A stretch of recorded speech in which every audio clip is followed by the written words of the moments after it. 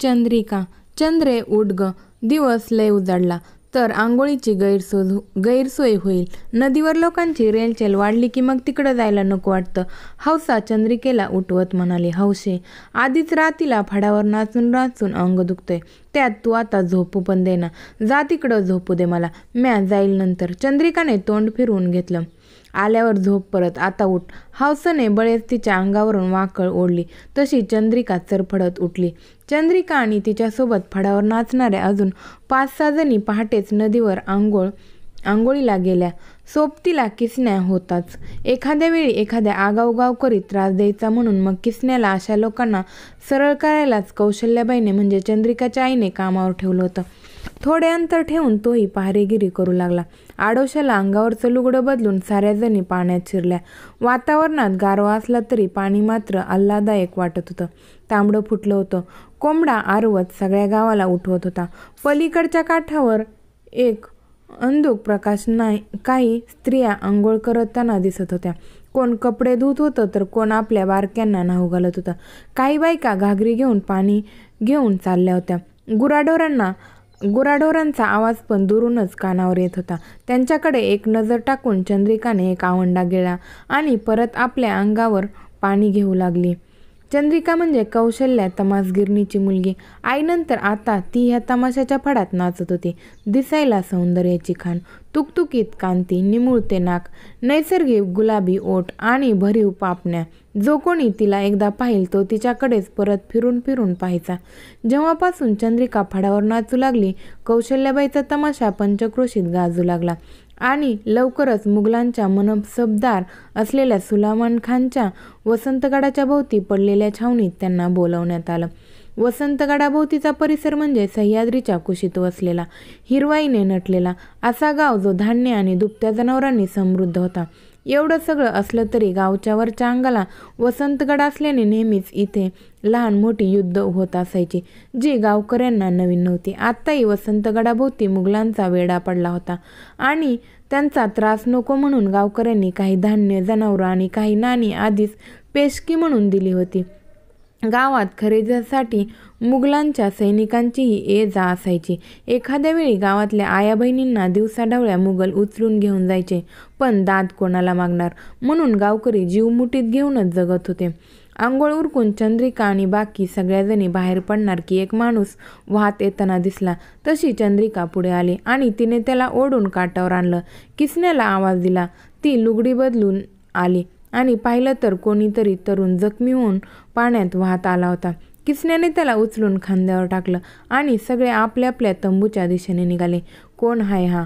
अगं, कपड्यावरून तर महाराजांचा मावळ वाटतं. ह्याला इथं का आणलं? इथल्या मुघलांनी पाहिलं तर ह्याच्या बरं आपला बी जीव घेत्याल. कौशल्याबाई पुढे येत म्हणाल्या. पण चंद्रिकेने त्यांचं काही एक ऐकलं नाही आणि त्या तरुणाला किसन्याला आपल्याच तंबूत घेऊन जायला सांगितलं आणि त्याच्यावर स्वतःच उपचार करायला सुरुवात केली. 2 दिवस रात्र जागून तिने त्याची सेवा केली आणि 2 दिवसात तो तरुण शुद्धीत आला. कोण हाय तुम्ही? कुठं हाय म्या? या त्या तरुणाने शुद्धीत येऊन विचारलं. म्या चंद्रिका. तुम्ही जखमी होऊन नदीत सापडला तेव्हा तुम्हाला इथं आणलं. चंद्रिकेने माहिती दिली. धन्यवाद बाई, तुम्ही माझा जीव वाचवला, पण आता मला गेलं पाहिजे. त्या तरुणाने घाईत उठण्याचा प्रयत्न केला, पण पायातून एक कळ गेली आणि तो बिछाण्यावर परत कलंडला. दम धरावाईच, अजून पाय बरा नाही आणि छातीची जखम बी अजून भरली नाही. चंद्रिकाने त्याला नीट बसवत म्हणलं आणि उठून परत छातीवरच्या जखमेवर औषधाचा लेप लावू लागली. तो लेप लावताना ती उगीच जवळीक साधत होती. तो तरुण मात्र अंग चोरून नजर खाली करून बसला होता. बस म्या लावतो आता, त्याने पटकन म्हणलं आणि चंद्रिकेने भुवया कसल्या. तुम्ही कोण म्हणायचं? कंच्या गावचं. चंद्रिकाने त्याला दुर्लक्षित करून आपलं काम सुरूच ठेवलं. ते महत्त्वाचं नाही. तुम्ही जीव वाचवला म्हणून मी कायम तुमचा ऋणी राहील. वाटलं तर जे मागाल ते देईल, पण त्यापेक्षा जास्त माझ्याबद्दल जाणून घ्यायचा आणि माझ्या लयजवळ यायचा प्रयत्न करू नका, त्या तरुणाने करारी आवाजात म्हटलं आणि तिचा हात झटकला. त्याच्या बोलण्याने आणि तिचा हात झटकल्याने चंद्रिकाला राग आला. जीव वाचवलाय तुमचा, आता तुमच्यावर आणि तुमच्या जीवावर माझा हक्क आहे. चंद्रिका थोडा आवाज वाढवत म्हणाली.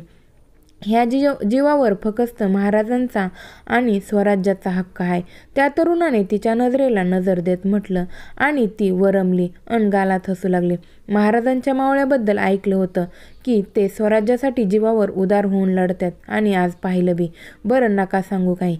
हे धरा 2 घास खाऊन घ्या. तिने जेवणाचे ताट पुढं केलं तसा तो संशयाने पाहू लागला. घाबरू नका, इश नाही त्यात. मारायचं असतं तर 3 दिस इथं लपून नसतं ठेवलं.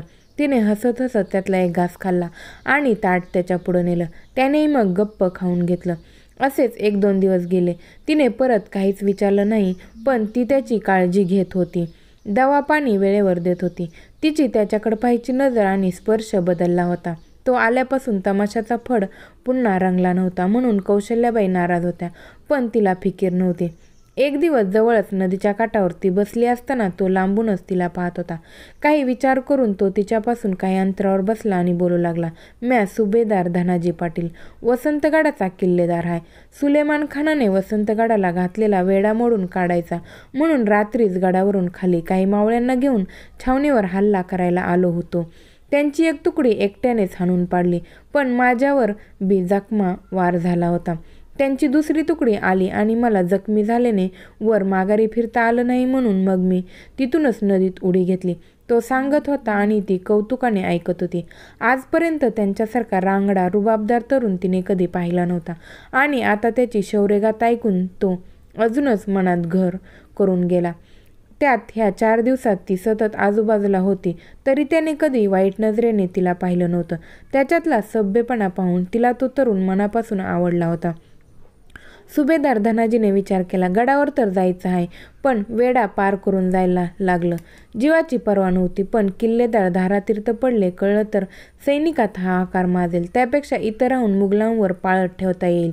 ह्या फडामध्ये लपायला चांगली जागा होती, त्यामुळे इथंच राहायचं आणि पन्हाळगडावरून मदत घेऊन येऊपर्यंत वाट पाहायची. हेराकरवी महाराजांना एक खलिता पाठवून सुभेदार तिथंच राहू लागला. छुप्या मार्गाने तो सुरक्षित असल्याची बातमी गडावर पोचली होती. कौशल्याबाईने फारच हट्ट केला म्हणून चंद्रिकेने आपली तयारी केली. रात्री गावात परत तमाशा रंगणार होता. नेहमीप्रमाणे जरीचं लुगडं, हातभर बांगड्या, अंगावर आभूषणे चढवून ती नकशिखांत नटली होती. तोही वेषांतर करून अंगावर घोंगडी घेऊन गर्दीत बसला होता. ढोलकीवर थाप पडली. किसन्याने तुंतुने वाजवायला सुरुवात केली आणि हौसेने सूर छेडला. तशी घुंगराचा नाद करत चंद्रिका पुढे येऊन नाचू लागली. धनाजीने एक नजर तिच्याकडे टाकली. दोघांची नजरानजर झाली, पण त्याने लगेच आपली नजर खाली झुकवली. तिने नेहमीप्रमाणे आपल्या मनमोहक दिलखेचक अदांनी तिथल्या सगळ्यांना वेड लावलं होतं. लोक फेटे उडवत होते. मुघलांची माणसेही नाणी आणि काही आभूषणे तिच्यावर ओवाळून टाकत होती.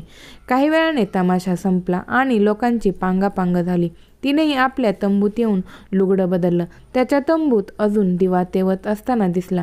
तशी तिची पावलं आपोआप तिकडं वळाली. तो आपल्या तंबूत तयार होऊन रात्रीच्या अंधारात निघण्याची तयारी करत होता की ती स्वतःच लगबगीने आत येताना दिसली. सुभेदार, काय झालं? आमचा नाच तुम्हाला आवडला नाही वाटतं, तिने उगीच मोकळ्या केसांसोबत चाळा करत म्हटलं. तो मात्र काहीच बोलला नाही की तिच्याकडे एक नजर पाहिलं नाही.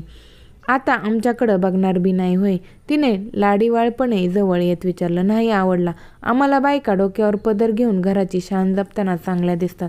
शेतामध्ये कामं करून घाम गाळताना चांगल्या दिसतात. एक वेळ तिच्या हातात समशेर चांगली दिसती, पण पायात घुंगरू बांधून सगळ्यांसमोर नाचणाऱ्या बाईकडे पाहणं जमत नाही आम्हाला. आमचं संस्कार आणि आऊसाहेबांची शिकवण असं करू देत नाही आम्हाला. आत्ताही त्याने करारी आवाजात म्हटलं आणि तो तिच्यापासून काही पावलं मागे सरकला. त्याच्या शब्दाने तिच्या अहंकाराला ठेच लागले. आजपर्यंत सगळी माणसं तिच्या सौंदर्याच्या पुढे पुढे करायची आणि हा आहे की तिच्याकडे नजर वर करून पाहत नव्हता. असं लय पाहिलं तुमच्यासारखं. माझ्या रूपासमोर भल्या भल्यांचं इमान ढासळले. तिने हळूच आपला पदर खाली सरकवला. शेवटी तिने आपलं शेवटचं अस्त्र बाहेर काढलं होतं. काही करून आज त्याला मिळवायचं तिने मनाशी पक्क ठरवलं होतं. धनाजीने एक वार तिच्याकडे पाहिलं. आजपर्यंत एवढी सुंदर स्त्री त्याने कधी पाहिली नव्हती. हळूहळू तो तिच्या दिशेने चालू लागला. तीही जिंकल्याच्या आविर्भावात गालात हसू लागली, पण त्याने येऊन तो पदर फिरून तिच्या डोक्यावरून खांद्यावर ठेवला. हा मावळा शिवबाच्या तालमीत तयार झालाय. बाईच्या पदराबरोबर आमचं इमान ढासळण्या इतकं पोकळ नाही, त्याने म्हणलं आणि ती वरमली. तिच्या डोळ्यात पाणी दाटून आलं. कोणीतरी पहिल्यांदा तिला नाकारत होतं. काय कमी आहे माझ्यात? आज पतूर इतक्या लोकांसमोर नाचले, पण आज फक्त तुमच्यासमोर माझा पदर ढळला. जीव जडलाय तुमच्यावर, म्हणून स्वतःहून तुमच्या हवाली व्हायला तयार आहे आणि तुम्ही माझ्यापासून नजर फिरवताय. ती दुःखी होत म्हणाली. ते कळलं मला बी. इतक्या दिवस तुझ्या डोळ्यातली माझ्यासाठी असलेली काळजी, माझी ओळख बाहेर येऊ नये म्हणून तू करत असलेली धडपड समज दिसतंय मला बी. पण म्या तुला माझं नाही करू शकत, तुझा हात नाही धरू शकत. त्याने एक उसासा सोडत म्हणलं. आजपर्यंत कधी कोणती स्त्री इतक्या जवळ आली नव्हती. लहान असताना मुघलांच्या हल्ल्यात आई आणि बा गेला. त्यानंतर महाराजांच्या छत्रेछायेत मोठा झाला आणि स्वराज्याला स्वतःला अर्पण केलं. कोणी आपली अशी काळजी घेणं, प्रेमाने विचारपूस करणं, हळवं होऊन आपल्यासाठी कोणी अश्रू ढाळणं त्यांनीही पाहिलं नव्हतं. आणि आज जेव्हा कोणी इतकं जीव लावत होतं तेव्हा त्याच्यासारखा पहाडा माणूस कसा काही वितळणार. पण कर्तव्य समोर दिसत होतं, म्हणूनच त्याने आपल्या सुखाला मुरड घातली. हो माहिती आहे, तमासगिरणी लोकांना मिठीत तर हवी असते, पण आपल्या घरात बायको म्हणून चालत नाही. तुम्ही बी कसा हात धरचाल म्हण. तिने डोळे पुसत हताशपणे म्हटलं. नाही तसं नाही, आम्ही शिवबाची माणसं. कधी इथं तर कधी तिथं डोक्यावर मृत्यू घेऊन फिरतो आम्ही. ह्या सगळ्यात तुझा हात कसा हातात घेऊ? तो कळकळीने म्हणाला. तिला दुखवायचं नव्हतं, पण ती जे मागते तेही शक्य नव्हतं. म्हणूनच एक दिवसासाठी तरी मला आपलं करा. म्या कायम तुमची होऊन राहील. ह्या जन्मात कोणाला ह्या अंगाला हात बी लावून द्यायची नाही. ती त्याच्या पायाशी झुकत म्हणाली.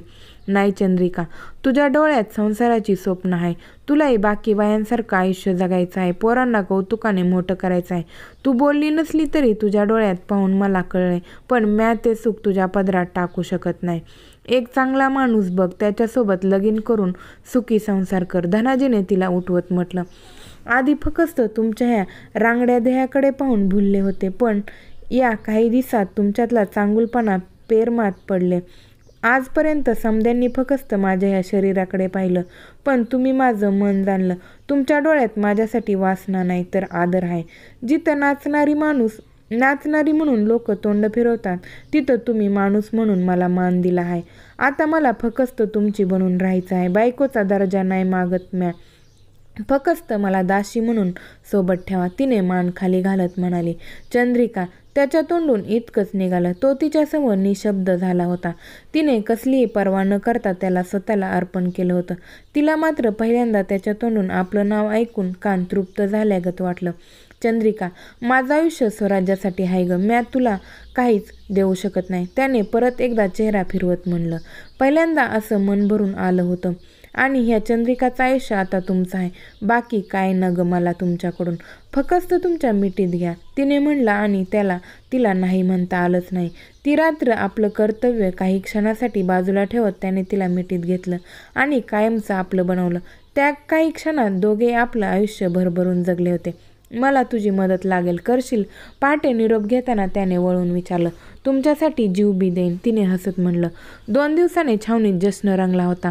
मागे झालेल्या हल्ल्यात जखमी होऊन किल्लेदार मेला अशी पक्की खबर सुलेमानाला मिळाली होती. खरं तर ती खोटी खबर धनाजीनेच पोहोचवली होती.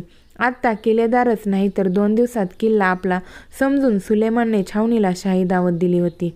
नृत्य, मद्य आणि शाही जेवणाचा आस्वाद घेत फौज आनंद साजरा करत होती. सुलेमान खान स्वतः आपल्या शामियान्यात चंद्रिकाचे नृत्य पाहत मद्यपान करत होता. समोर चंद्रिका नाचत होती आणि सुलेमान सुभान अल्लाह म्हणत दाद देत होता. चंद्रिका मद्याचे पेल्यावर पेले भरून देत होती आणि सुलेमान खान जिंकल्याच्या धुंदीत ते पेले रिकामे करत होता. आणि इतक्यात मराठ्यांच्या तुकडीने चारी बाजूने छावणीवर हल्ला केला. समोर येणारा प्रत्येक जण कापला जात होता. कोणाला काहीच कळत नव्हतं. मुघल जीव वाचवायला सैरावैरा पळत होते. मुघलांची बायका मुले आपापल्या शामियान्यात सुखरूप राहतील याची काळजी धनाजीने घेतली होती. बाकी शामियाने आणि तंबू मराठ्यांनी पेटवून दिले. सगळीकडे हाहाकार माजला होता. मुघल फक्त या आली मदत म्हणत ओरडत पळत होते. बराच वेळ चंद्रिका आणि मद्याच्या धुंदीत असणाऱ्या सुलेमान खानला बाहेर काय सुरू आहे हे कळले नाही.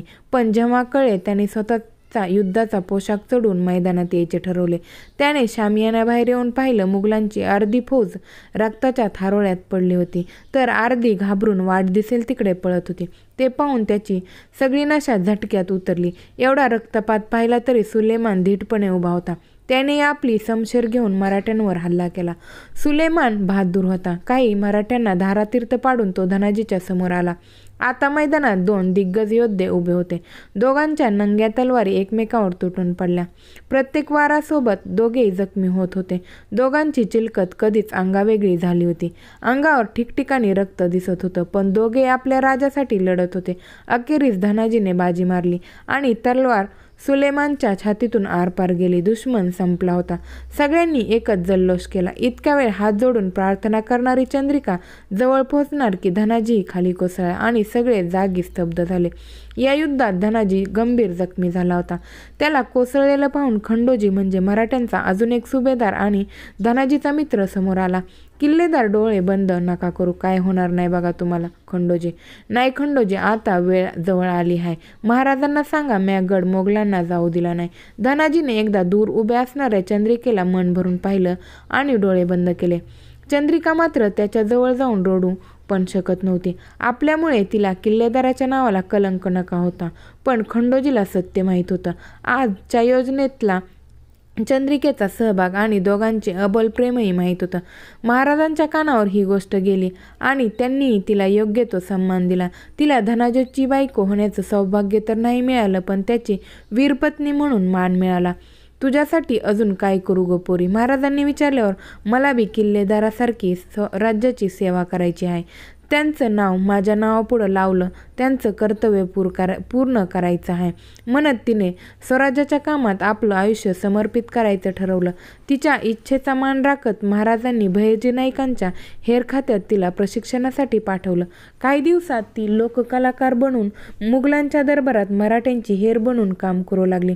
आयुष्याच्या शेवटच्या काळात मात्र ती पुन्हा त्याच ठिकाणी आली जिथे धनाजीचा शेवटचा श्वास घेतला होता. कोणी प्रेमात जीव देतं तर कोणी जीव घेतं, पण तुमच्या प्रेमात मी माझं आयुष्य स्वराज्याच्या सेवेला समर्पित केलं. तुमच्याकडून स्वतःपेक्षा कर्तव्य मोठं हे कळलं मला. ह्या जन्मात आपण एक नाही झालो. तुमच्या पाठी तुमची कर्तव्य म्या प्रामाणिकपणे पार पाडली, पण आता मला तुमच्या मिठीत कायमचं सुखाने झोपायचे हाय.